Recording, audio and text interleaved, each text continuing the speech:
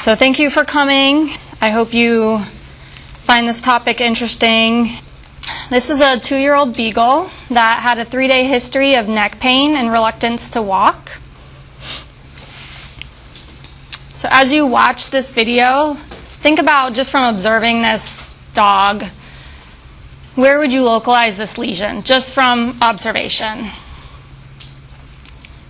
And then based on where you think the lesion localization is, what sort of differentials would you think about? One of the things that I really like about neurology is we can often get a pretty good idea of where this patient's lesion is just by watching them in the exam room, walking around.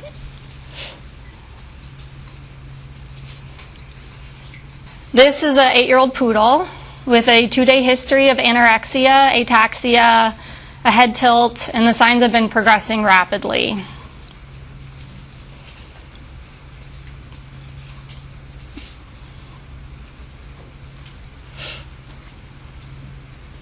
So we don't torture animals, but it looks like we do sometimes.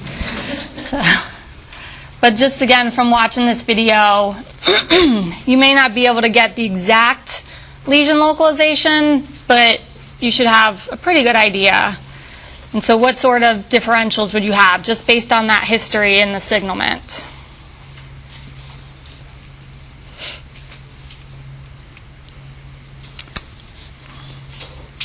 And then this is a 4-year-old female spayed terrier who came in with a 2-week history of decreased activity, generalized seizures, and circling.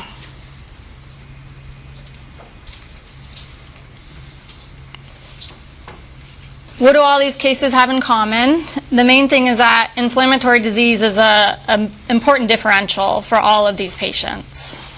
Inflammatory disease is described in terms of what part of the nervous system is affected. Meningitis is inflammation of the meninges. Encephalitis is inflammation of the brain.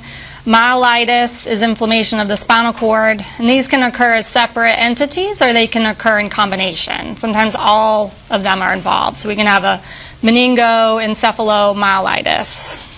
An important thing to be aware of, and it's a common question I still get asked, is how often do we see infections in the nervous system? And it's not commonly at all. It's much more common that we're dealing with non-infectious inflammatory diseases in the nervous system. Most inflammatory diseases have an acute onset and a progressive nature. So other things that can have an acute onset are vascular diseases and trauma, but those aren't progressive. So I'd say the other condition that tends to have more of a similar onset and progression would be neoplasia. So that's often a top differential for patients that have this sort of presentation. Inflammatory diseases tend to occur more often in young to middle-aged dogs.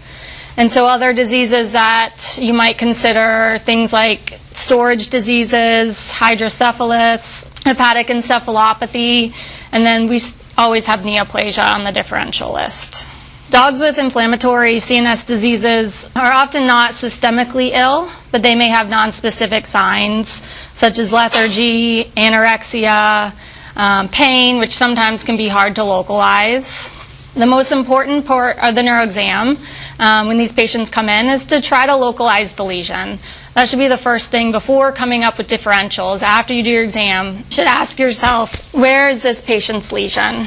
And the hallmark of inflammatory disease is often that it's multifocal. Sometimes you can't localize it to one specific area. When we're dealing with intracranial diseases, we kind of break it down into 2 main areas. We have the forebrain, which is basically your cerebrum, and the brainstem. And the signs related to problems in those parts of the brain are pretty characteristic. When it comes to forebrain lesions, kind of the hallmark of that is typically a dog that has a fairly normal gait, but may have proprioceptive deficits on exam. They often circle. And these are typically the dogs that have pretty demented mentation, and then seizures are the other big one that would localize your lesion to the forebrain. Some of the main signs that would give you a localization to the brainstem would be a head tilt. Significant ataxia is usually going to be seen only with brainstem lesions.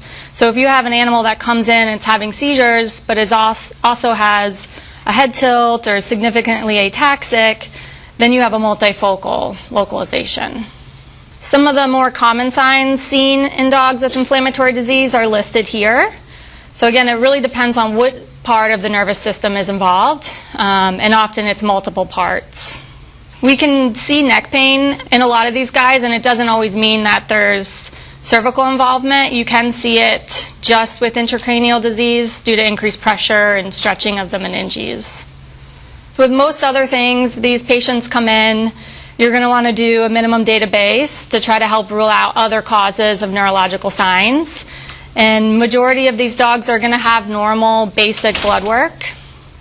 Other things, depending on the signalment, the history that you might consider doing, are things like bile acids, potentially infectious disease testing, and potentially chest or abdominal imaging. A lot of it, you don't do those on every patient, but it depends on what your suspicion is of other diseases.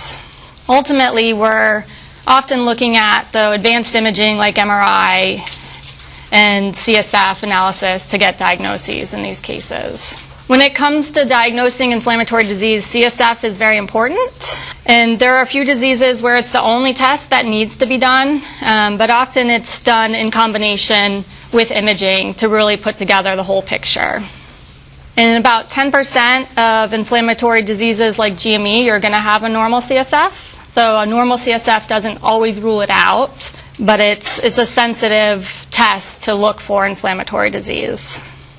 So there's two places for us to collect fluid from, either the cisterna magna, which is between the skull and C1, or the lumbar spine.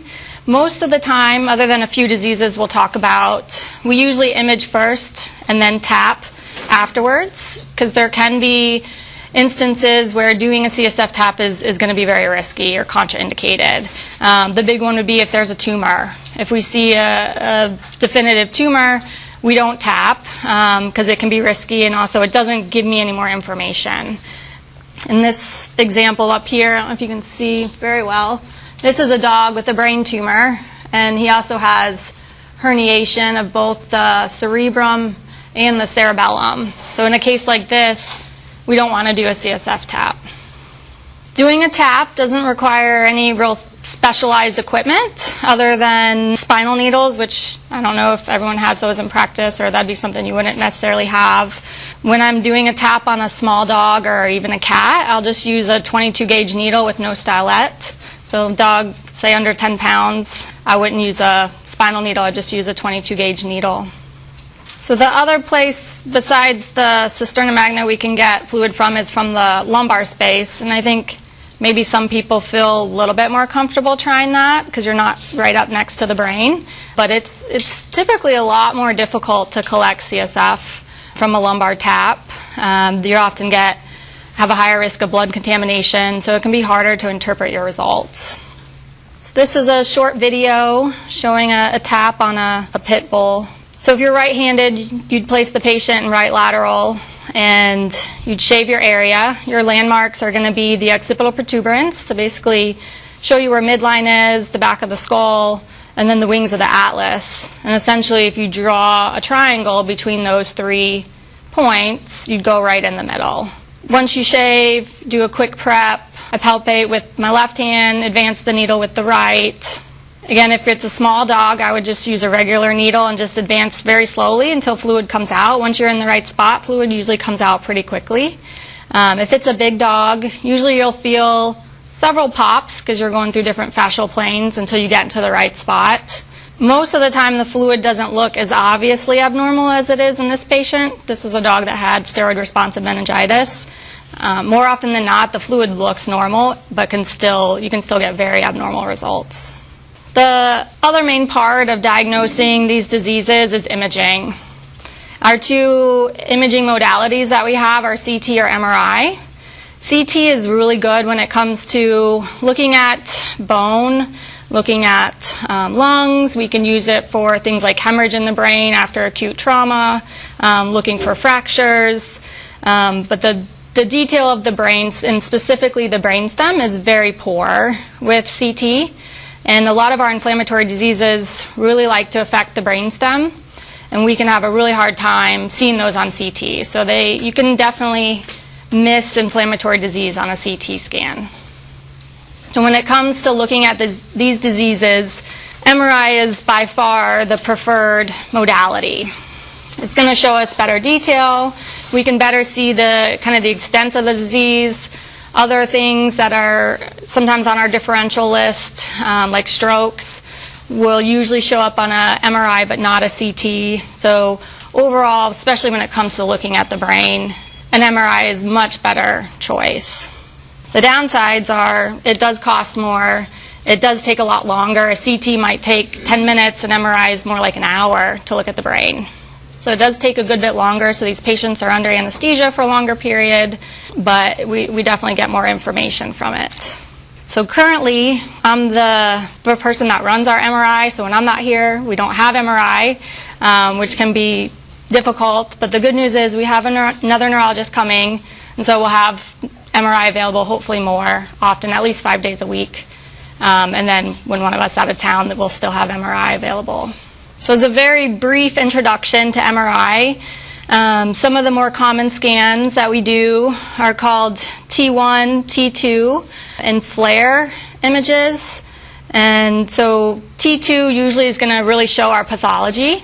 That's what this image is on the left. On a T2 image, the simplest way to think about it is two things are going to be bright or white, and that's fluid and fat. So most lesions are going to lead to increase in fluid. So that's basically what we're seeing in the brain over here on the left. On the left side of the cerebrum is how it's brighter. There's a bunch of edema in the brain. And then T1 is mainly used so that we have something to compare to post-contrast. So on the top is a pre-contrast image. On the bottom is post-contrast, and you can see the enhancement pattern then. I don't have a flare up here, but a flare is another way of being able to highlight areas of fluid like edema and helping it stand out. So the hallmark of inflammatory disease is usually hyperintensity on T2, meaning we have this brighter areas that aren't supposed to be there, that can variably enhance and are oftentimes pretty ill-defined. So just to give you some comparison, I'll show you some other MRIs of other diseases. This is an example of a pretty classic meningioma. It has very uniformly enhancing. They tend to occur in certain areas of the brain more than others. So this is a pretty classic appearance of what we see with an MRI of a meningioma. So something like this, it'd be hard to misdiagnose this. This is a more classic appearance of a glioma. And these can sometimes have an unusual appearance, and there are times when we get an MRI and we can't tell, is this a tumor, is this inflammatory disease? Because gliomas can have variable enhancement. They sometimes are not as well defined as a tumor like a meningioma. This is an example of a pituitary macroadenoma. These are pretty easy to diagnose on an MRI. Obviously, they occur in the region of where the pituitary gland is, and they tend to have some other pretty well-defined characteristics. This is a pretty good example of a cerebellar stroke. So this is what we see with those. Most of the time, they're going to have a different appearance than what we see with inflammatory disease, but again, there's always some overlap between these. So there are times when we do an MRI and we say, well, we think this is a stroke. It's possible this is an inflammatory lesion. They're not always this clear cut. All right, so we're going to talk about some of the specific diseases. We're going to talk about steroid-responsive meningitis, arteritis, eosinophilic meningoencephalomyelitis, the steroid-responsive tremor syndrome, GME, NME, NLE, and MUE. So steroid-responsive meningitis, arteritis, or SRMA, is going to be the most common form of meningitis seen in dogs. It's an immune-mediated reaction that's directed against the arteries and the meninges in the CNS. This is mainly seen in dogs around 1 year of age. I'd say more often in large breed dogs, although beagles are one of the breeds that we see this in more commonly. So I think of it as the 3B dogs, or boxers, beagles, and Bernese mountain dogs. It's also been called beagle pain syndrome. If you've heard of that, that's what this is. So the most common presenting sign of this is neck pain. Sometimes they'll have TL pain as well. They typically don't have any gait deficits, and CP deficits are possible, but usually they're very mild if they are present. Some of these dogs will have a fever, but a lot of them won't. Some of them will have elevated white cell counts on CBCs, but a lot of them won't. So if they don't have that, don't discount this as a possibility. Imaging can be done for these dogs. Oftentimes it's normal. If we do see something, we may see some meningeal enhancement, but that can also be a normal finding in dogs. So this is one of those diseases that is often diagnosed based on CSF analysis alone. So these are those cases that come in that if you were comfortable doing a spinal tap, that could be done and you could get a diagnosis. You wouldn't need imaging for these guys. So if a 1-year-old boxer or Weimaraner comes to me with signs consistent with this, most of the time I would tap them first before imaging them, unless they're, I'm suspecting something else. And then if the tap were to come back normal, then we might move on to imaging. But we usually diagnose this based on CSF alone. Typically what we find is an elevation in neutrophils in the CSF, so it's called a neutrophilic pleocytosis. And these are the cases that usually have the highest white cell count of any of the inflammatory diseases that we see. The other big differential for seeing an elevation in neutrophils in the CSF is bacterial meningitis. And so obviously the treatment for this versus bacterial meningitis is very, very different. The big thing I'll say is bacterial meningitis is very, very rare. If I have a compatible breed, we see neutrophils, they're non-degenerative, I usually just treat for this. There is a second form of steroid-responsive meningitis that is more chronic. These guys have a different finding on CSF. They tend to have more mononuclear cells instead of neutrophils. These tend to be cases that have been on steroids previously, but not long enough. So they convert to more of a chronic form, which can be very difficult to treat. So this is a typical protocol I would use for a steroid-responsive meningitis case. Most of the time, if you treat these guys appropriately, you can get them off of steroids completely. So this is one of those where they can go into remission and come off of drugs. And I usually just treat these guys with steroids alone. If they relapse, then I might add in another immunosuppressant. But for the first time around, I usually just treat with prednisone. So I know we're talking about sterile inflammatory diseases, but again, just wanted to put this up here because if you do a tap and you get neutrophils, this is your other differential, but it is very, very rare. If we're dealing with bacterial meningitis, we expect that the neutrophils might be degenerative. You may see organisms. I've been lucky in the few cases of this I've diagnosed that the pathologist usually said they saw bacteria on the cytology. When we do have a suspected case of this, the ideal treatment is going to be based off culture. If we don't get a positive culture, then the recommended treatments are third-generation cephalosporins, metronidazole, TMS is another option. And then with these, we still use steroids, but a very short course, like 3 to 4 days for these. And the survival for these is much worse than a steroid responsive. Another inflammatory disease that we can see is called eosinophilic meningitis. And so this is similar to SRMA, but it's not nearly as common. But it has somewhat of a similar presentation. It's usually young, large breed dogs.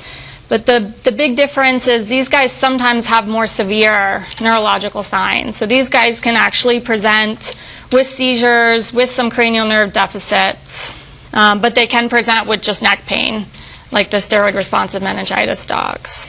And this is diagnosed by finding over 10% of the cells in the CSF being eosinophils, and it's never normal to find an eosinophil in the CSF. So anytime we see them, they're abnormal, but over 10% would be considered a eosinophilic pleocytosis.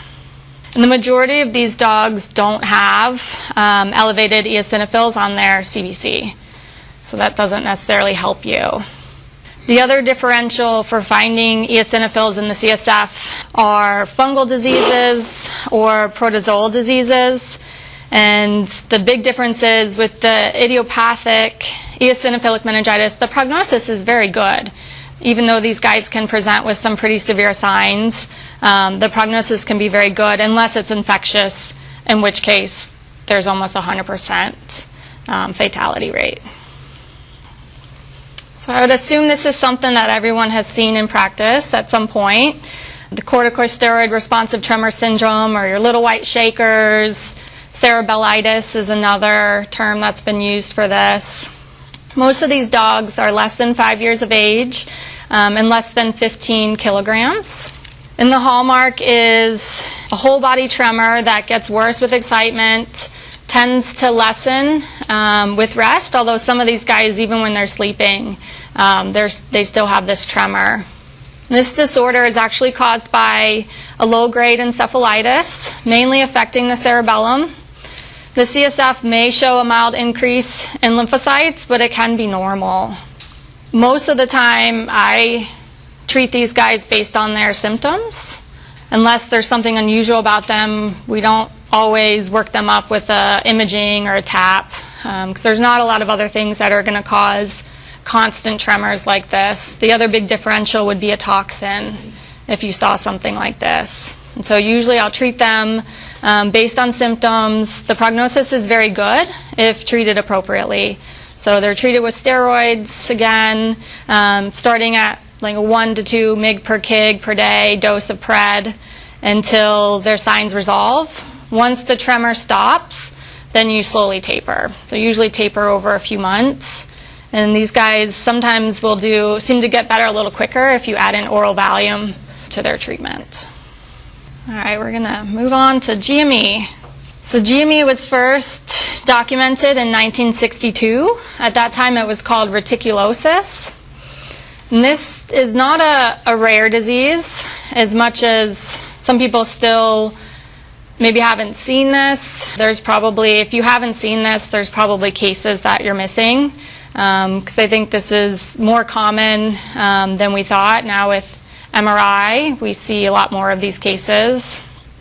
These typically have a very acute onset, they're progressive, and if left untreated, it's fatal. Females and toy and terrier breeds are the most common that are affected. The median age or mean age is about 4.5 years of age. And this tends to affect both the forebrain and the brainstem. So we're often seeing seizures, visual deficits, vestibular signs. There's 3 forms, kind of separate forms that have been reported. There's a disseminated form, which is multifocal and affecting, again, the forebrain and the brainstem. This is the most common form. We can see a form that just affects the optic nerves.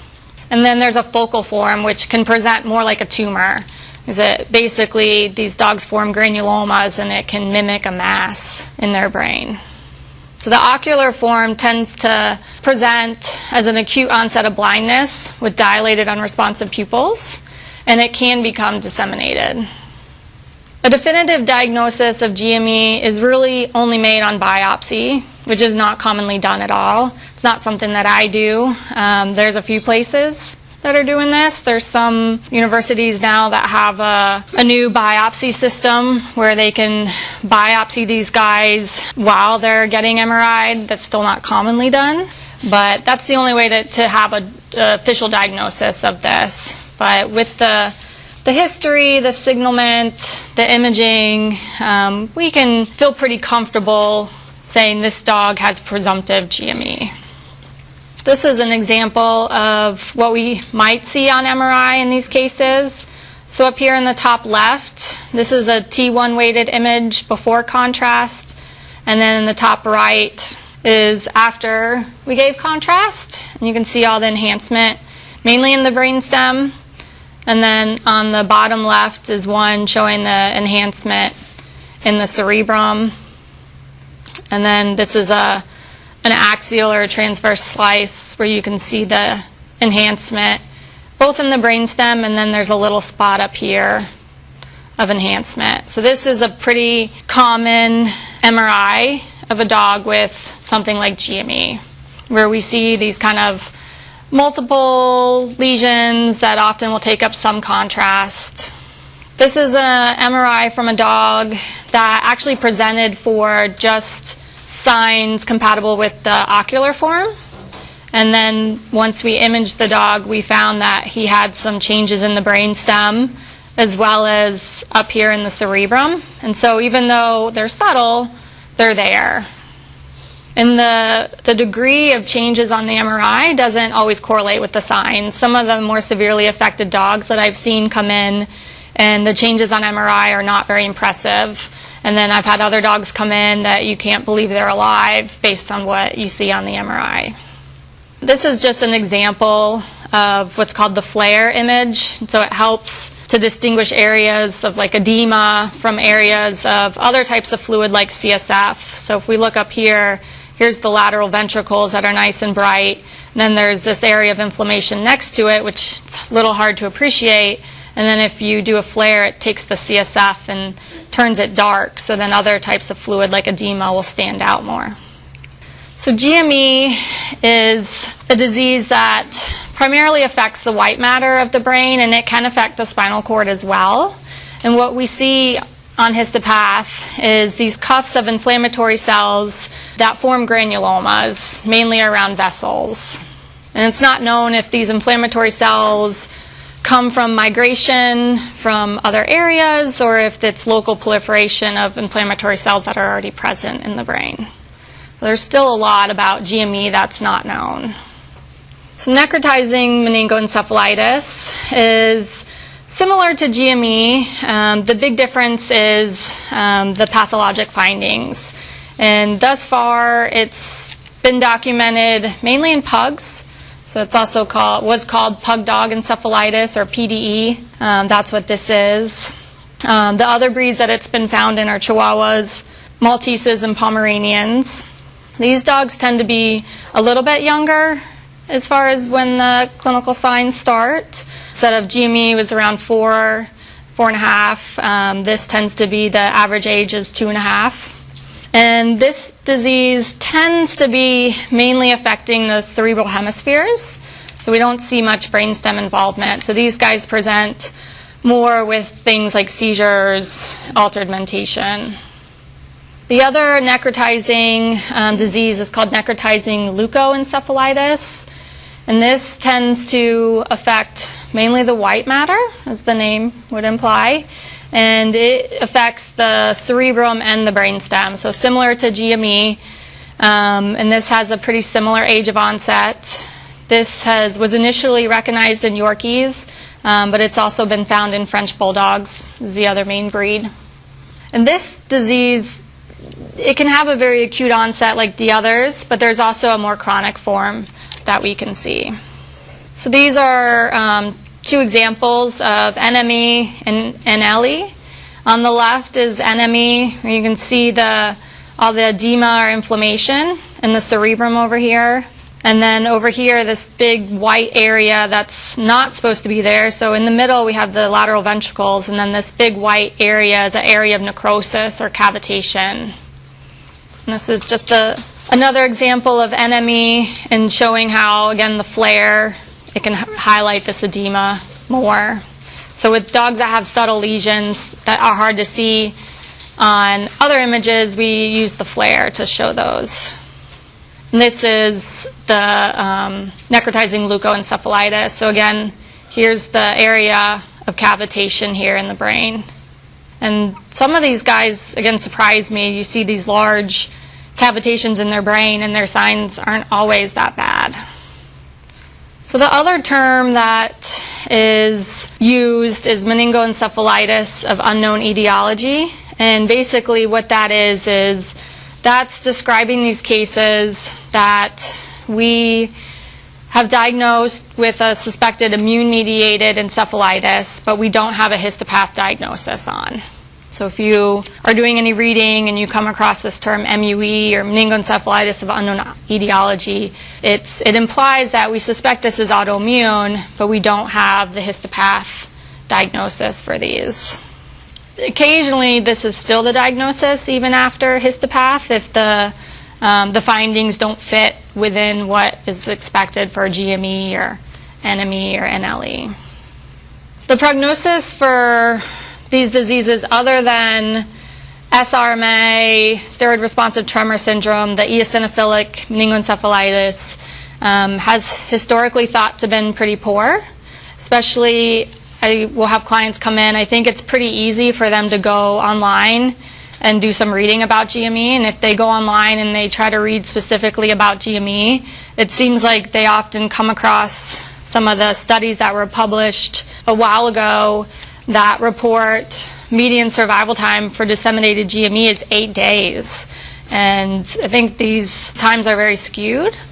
These were based on, histopath diagnoses, so these were based on necropsies. I think they were looking at, the worst cases.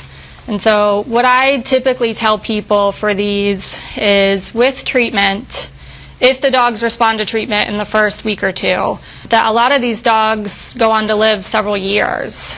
But it's a lifelong treatment. If it's other than, again, SRMA or the steroid-responsive tremor syndrome, GME, NME, NLE, MUE, these dogs are on treatment for the rest of their life. The main treatment is always going to be steroids and then potentially other medications, depending on what disease you're dealing with. If you're not sure if this is autoimmune, we're waiting on titers. You might start antibiotics while you're waiting, but ultimately these dogs are going to need steroids in pretty high dosages. And in order to get them down to lower dosages, we will often put them on a second immunosuppressive drug. So my first choice for treating these guys that need a second drug is Cytosine arabinoside, and this is a chemotherapy drug. It's used sometimes for lymphoma, especially if it's in the CNS. But we use it a lot for GME, suspected GME. I like this drug because most dogs tend to tolerate it really well. It has minimal side effects. It seems to be effective for these guys. The downsides to it is they have to come in to get an injection. It's sub-Q, so it's easy to give, but they have to come in and get this every few weeks. Initially, we'll start out giving this every 3 to 4 weeks. If they're doing well after a few months, we might try to increase the interval between injections. A lot of clients oftentimes don't want to do that. After their dog's doing really well, they came in, and they thought they were going to die when they came in, and then they end up responding to treatment. They don't want to change the interval, and they'll often just say, let's just stick with this. This is working.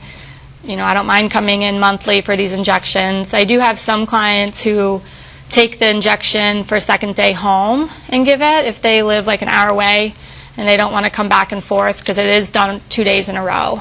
And then I have some people who've come from a few hours away. They can't come in monthly for these, and their primary veterinarian will order this and do it at their clinic if they feel comfortable with it. I'd say for most dogs with GME, they're usually pretty small breed dogs. I'd say we're often looking at client cost about $150 a month for them to come in and get the 2 injections. So it's not super cheap. So that's the other thing to take into consideration. One of the other drugs that's used often to treat these guys is cyclosporine. And cyclosporine has pretty poor blood-brain barrier penetration, but it concentrates within the cerebral endothelial cells, which is where GME is primarily located. So that's one of the reasons why it's thought that it works well for that disease. Oftentimes also because of all the inflammation, the blood-brain barrier is thought to not be completely intact. So this is my second choice for dogs that can't come in monthly to do the cytosine injections, or they can't afford it. We'll often go to Cyclosporine. And I will admit, since a lot of people, if they can't afford to come in for the cytosine and they have a tight budget, we'll often call in generic Cyclosporine and not do the Atopica. So we'll call it in to somewhere like Wedgwood or Diamondback and just go towards the higher end of the dose. And they seem to tolerate it really well. I think it's a pretty effective treatment. Azathioprine is also commonly used, and there have been some studies looking at this which have shown some pretty long survival times.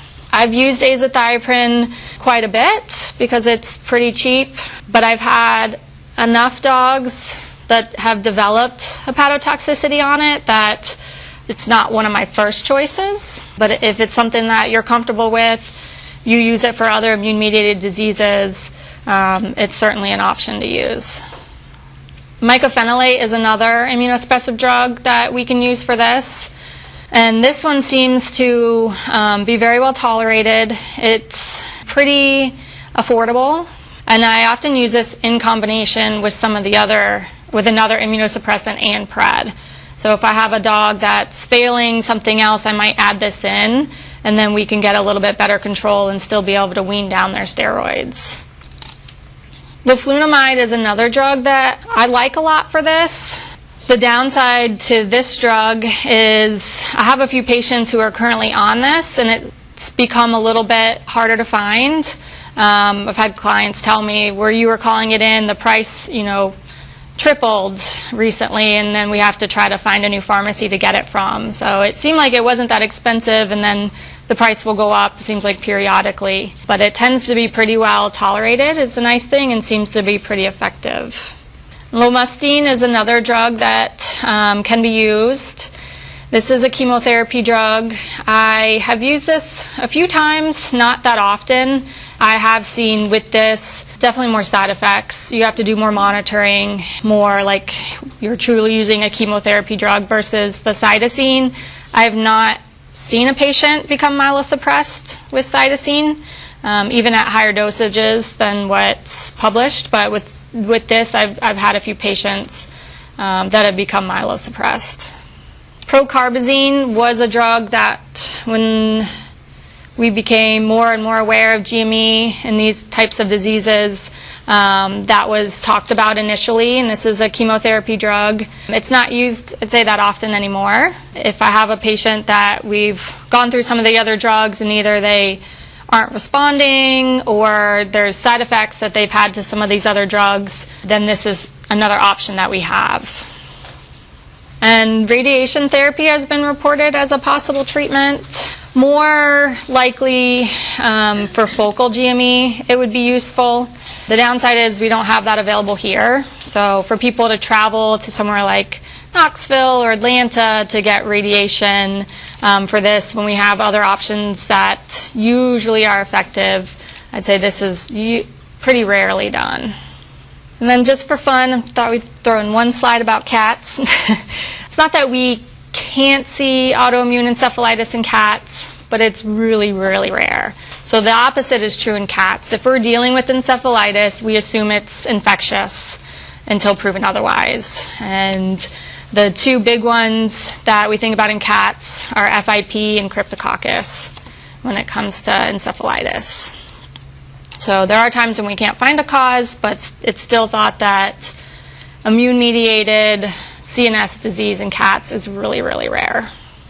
We finished really early, so hopefully no one's disappointed. This is my crew, and this is my new one, who's only good when she is asleep.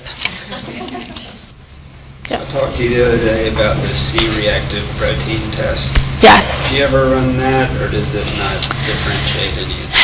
It's not a definitive diagnosis. I'd say the most useful thing with that test is monitoring for relapse of meningitis. So I've had some patients that I diagnosed with SRMA, and you're treating them and they're either off steroids or on low doses, And the owners might say, they seem a little lethargic. You're not sure. Are they truly having a relapse? Do we need to go up on our steroids, or is it okay to continue to wean? And you can use that test as a way, if it's still elevated, to say, okay, I don't think we're at a point where you're in remission. Or if it's after they finish steroids, and you can check that, see if it's elevated. So it can help you more with that, because once you start steroids, again, you can't repeat the tap and use that as a way to tell if they're in remission, or it's harder, and that's also a much more invasive thing to do. Most people don't want to repeat a CSF tap to tell if their dog's in remission. But yeah, I wouldn't use that over a CSF tap for initial diagnosis.